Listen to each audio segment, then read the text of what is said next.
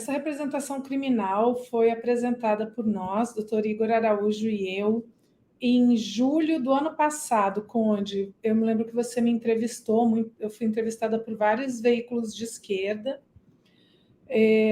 Nós fizemos uma denúncia que acabou mudando toda a narrativa jurídica. Nós fomos os primeiros advogados do Brasil a sustentar que o que Bolsonaro estava fazendo estava previsto pela lei antiterrorismo. Eu acho que esse é um marco muito importante, porque até então a nomenclatura terrorismo era utilizada por grupos que nunca foram terroristas, como, por exemplo, o MST, e o depoimento... Aliás, eu estava acompanhando ao vivo o depoimento no Congresso Nacional, na CPI do MST, deixa muito claro que o MST, por exemplo, nunca praticou ações terroristas de acordo com a lei. Mas o que Bolsonaro fazia, no nosso entendimento, era, sim, terrorismo.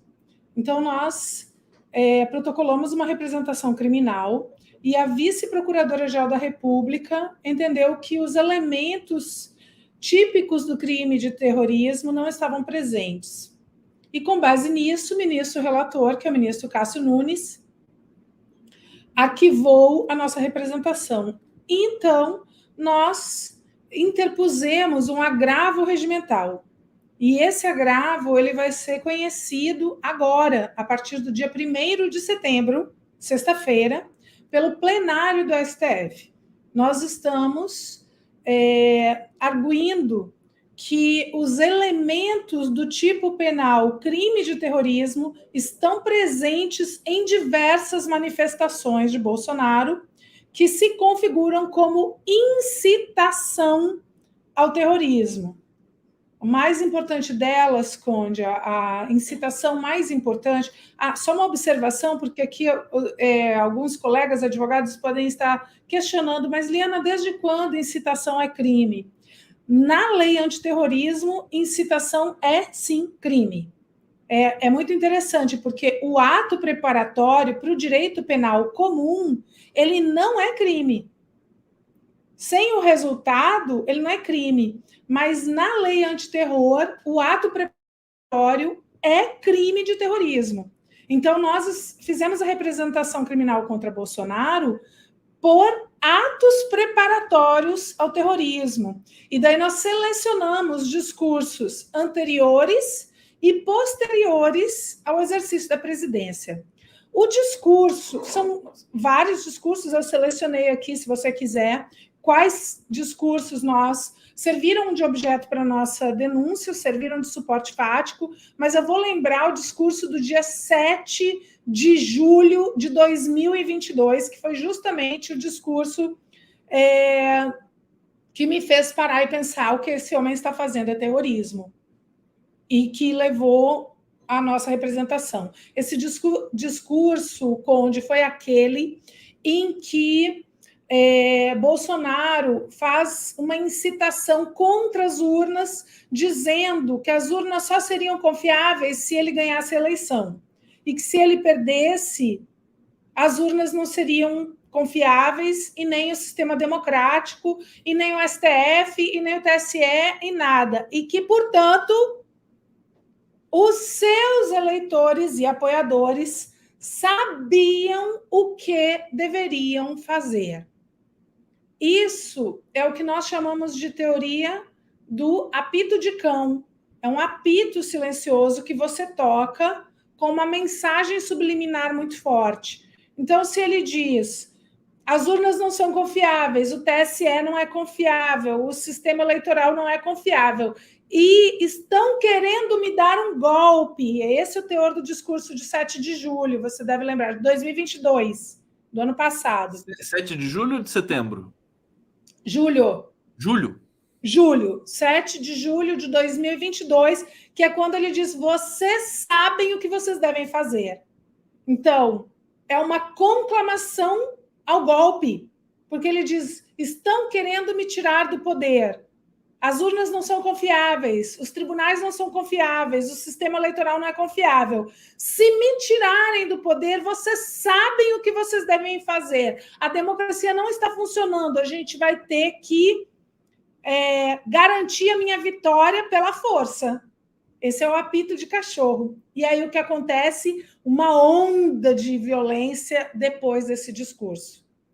E a principal delas, Conde, foi a que culminou com o assassinato do Marcelo Arruda na sua festa de aniversário no Paraná. Esse assassinato aconteceu 3 dias depois desse discurso. E aí o que nós argumentamos era que Bolsonaro estava criando um clima de terror que colocava em risco a paz social necessária para eleições democráticas seguras para todo mundo. E, de fato, nós vivemos um período eleitoral extremamente tortuoso, com ataques, agressões, medo, as pessoas com medo de dizer que iam votar em Lula, com medo de serem assassinadas, com medo de apanharem, medo de comícios. Você deve lembrar que houve uma série de drones com bombas.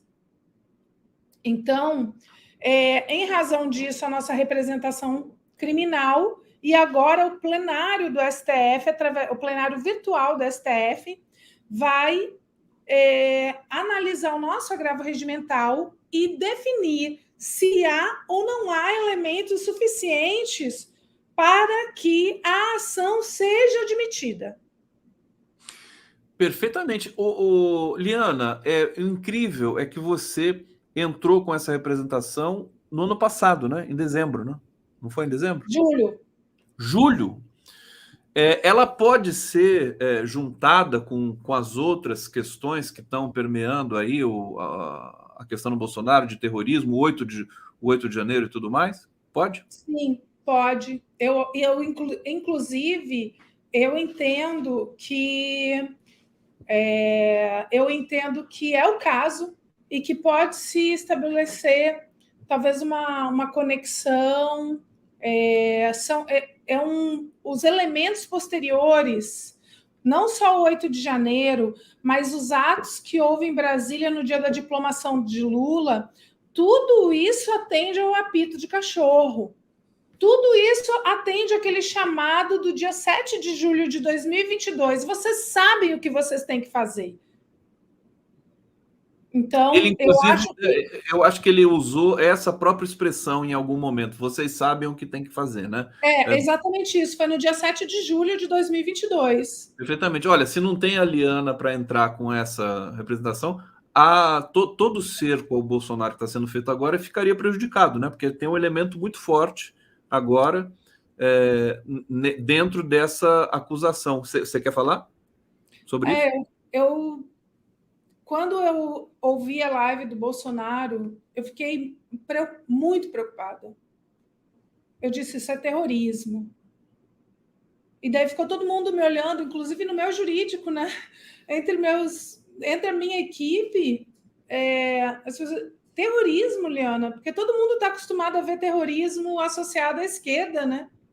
É interessante, porque o MST, em hipótese alguma, poderia ser acusado de terrorismo, porque não preenche nenhum dos requisitos legais. Nenhum dos requisitos legais.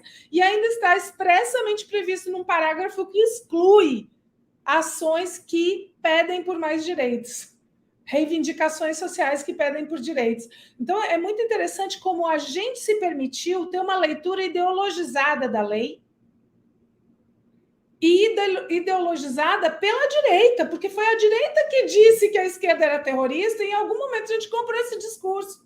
E quando eu vi a live do Bolsonaro, eu fiquei estarrecida. Eu disse, gente, isso é terrorismo. O que esse homem está fazendo é crime de terrorismo. Ele está implantando um regime de medo generalizado, caos generalizado, pânico generalizado. As pessoas vão ter medo de sair para votar. Você deve lembrar que a gente teve essa preocupação no ano passado.